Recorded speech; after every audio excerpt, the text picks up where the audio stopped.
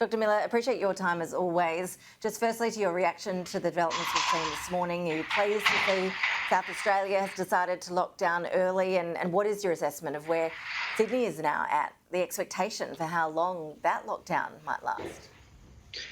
Well, I think Australia's learning now to dance with Delta. We're seeing what it was that caused the fuss around the world in India and other places where they were sadly overwhelmed. And the previous good fortune we've had with relatively low transmission rates and small outbreaks has come to a bit of an end.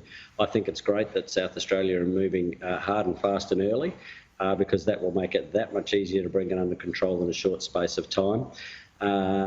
With Sydney, we weren't expecting to see the numbers change much before the weekend because the lockdown wasn't hardened until a few days ago. And of course, it's always a lag. You have a few days wait to see what's going to happen. But it is flat. It's not going up. So that's a great sign in New South Wales. And I think if they stay the course, and we'll start to see this improving as the harsher lockdown measures start to bite. But really, this is not a disease that is going to give us any second chances. We can see that now. No, and again, it comes back to vaccination, and the expectation is that until we do reach certain levels of vaccination, we have to expect that we might be in and out of lockdowns until that time, whether it's the end of the year or early next year. I know I've interviewed you in the past and you've warned that until the country's children are vaccinated, then we have to forget trying to live with the virus. It seems to me we're learning more about the experience that children are having with Delta almost daily as we do look overseas as to the impact on children. Yes, unfortunately, we can't raise people's expectations around vaccination too much at this point because it is fabulous. It is reducing hospitalisation, although not eliminating it, and certainly reducing severe disease markedly around the world.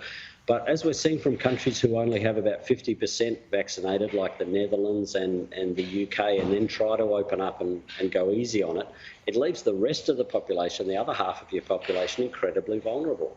And we can't do that to our children in particular. So we need urgently in Australia to investigate the approval of safe vaccination for children down to 2 years old. We need to get on with vaccinating everyone over the age of 12, certainly as quickly as we possibly can, like they're doing in the US. And we need to turn away from this idea that Delta will be forgiving in any way if we allow it into the paediatric population, because we know that 1 in 1,000 will die, and we know that there's a significant long-term problem with disability in children. Around 6% go on to develop very severe long-term symptoms from COVID. So I don't raise these things in order to frighten people. What I'm trying to say is that this talk that we can maybe ease up on restrictions when we get to half the population vaccinated, unfortunately, that's a bit of a dangerous fantasy.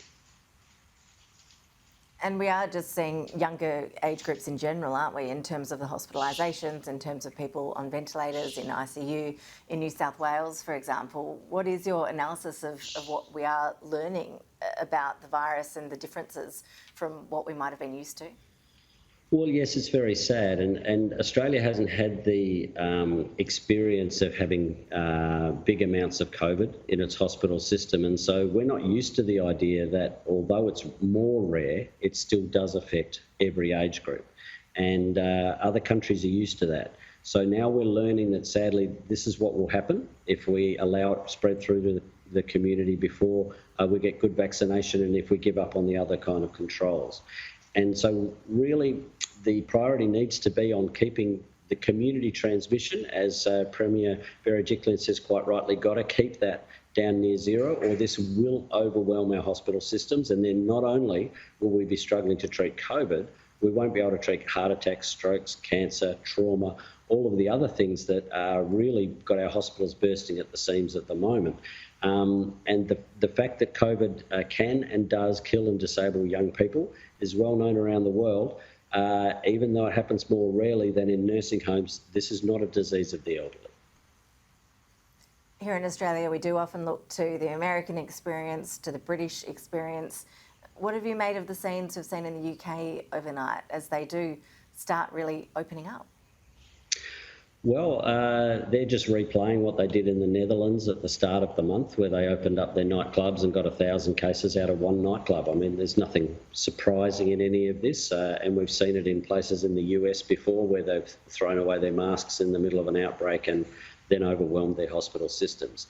Unfortunately, in the US now, we see that it's a two-class society. There's the vaccinated who are feeling relatively invulnerable, and then there's the unvaccinated who are having terrible epidemics of disease and hospitalisation and things are going up. So we have a great situation here in Australia where we have things relatively under control. Unfortunately, our best tool at the moment is the lockdown and the border closures, and that's very painful for groups of our society. So we've got to focus on all the other stuff that really works as well, and that comes back, as we all know, to preventing airborne spread of this disease using masks and good ventilation, because the good news about doing that stuff is that will work against every variant, not just Delta. So we'll need new vaccines to boost as time goes by, as this thing mutates, but we will always benefit from great masks and from really good fresh ventilation through buildings, which we can start doing right now to protect us against Delta and everything else that is to come.